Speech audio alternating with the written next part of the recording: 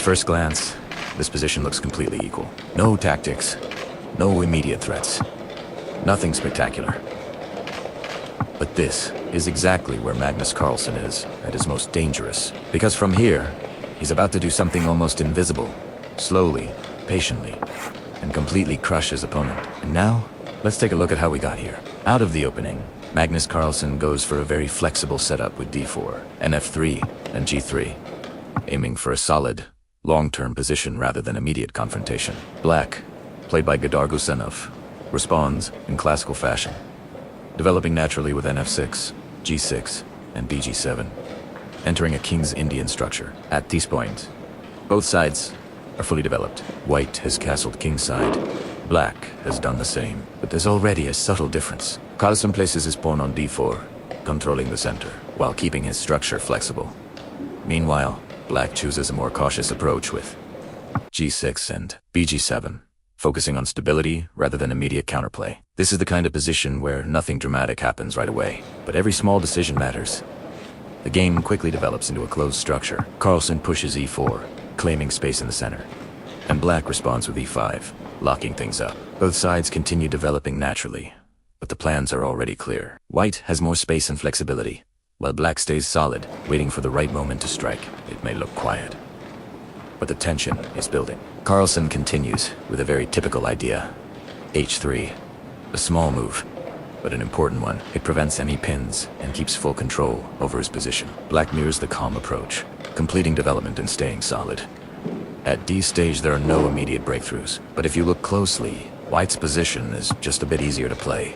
Both players slow things down here, carefully maneuvering their pieces.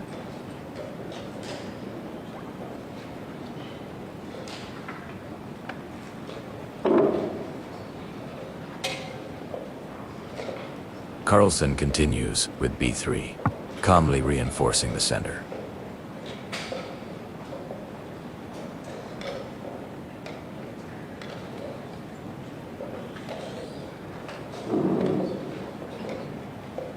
While black responds with bb7. Then comes d5, an important space-gaining move.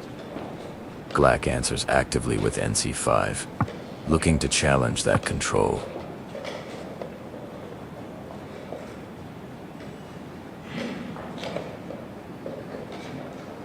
After n2 and n7, both sides keep improving their pieces, repositioning and waiting for the right moment.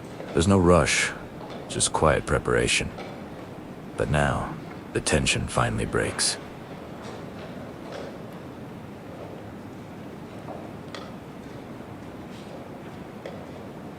nc5, and black immediately strikes with f5.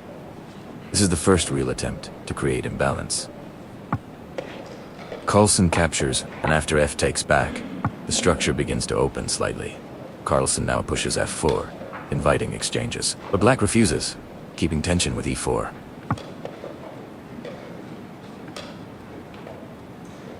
Then comes bd5, a very instructive idea. Carlsen is trying to trade off the powerful bishop on g7.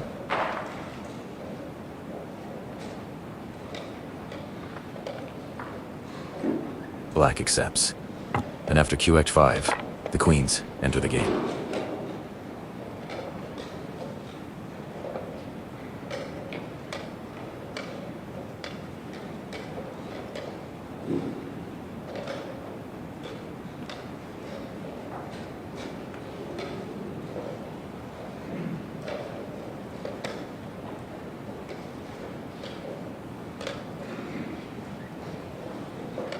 The queen steps to e7, and white immediately brings the knight to e3, targeting the e5 pawn.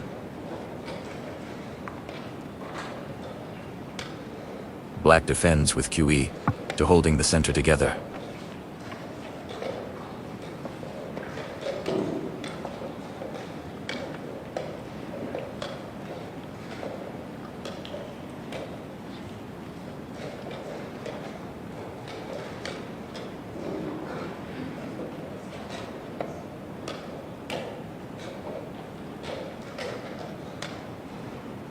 Now g4, another aggressive push from Carlsen, challenging the f5 pawn.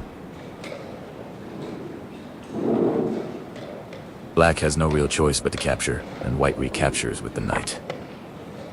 Then Kugdos, offering a queen trade. Carlsen accepts. After the exchange, the Black King is forced to recapture. And suddenly, the position changes completely. Material starts to disappear quickly. NC3 takes on E4. Black and BXG. 2 removes the knight. Now Black pushes H5, chasing the knight away. The game has shifted from slow maneuvering into a much sharper and more dynamic battle. And here comes the key moment. Instead of retreating the knight, Magnus Carlsen chooses a much more active approach, Bf5. He gives up the bishop to eliminate the knight, a practical decision to simplify the position.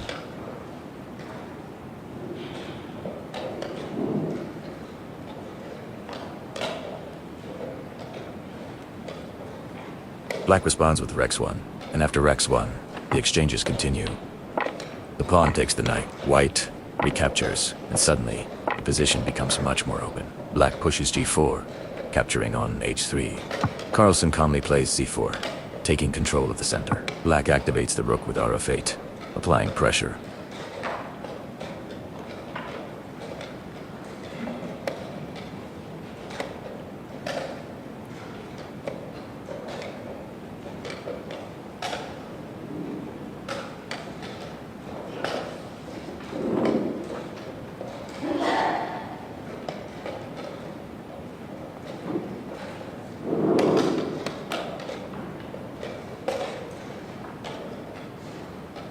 And White responds with Re4, holding everything together.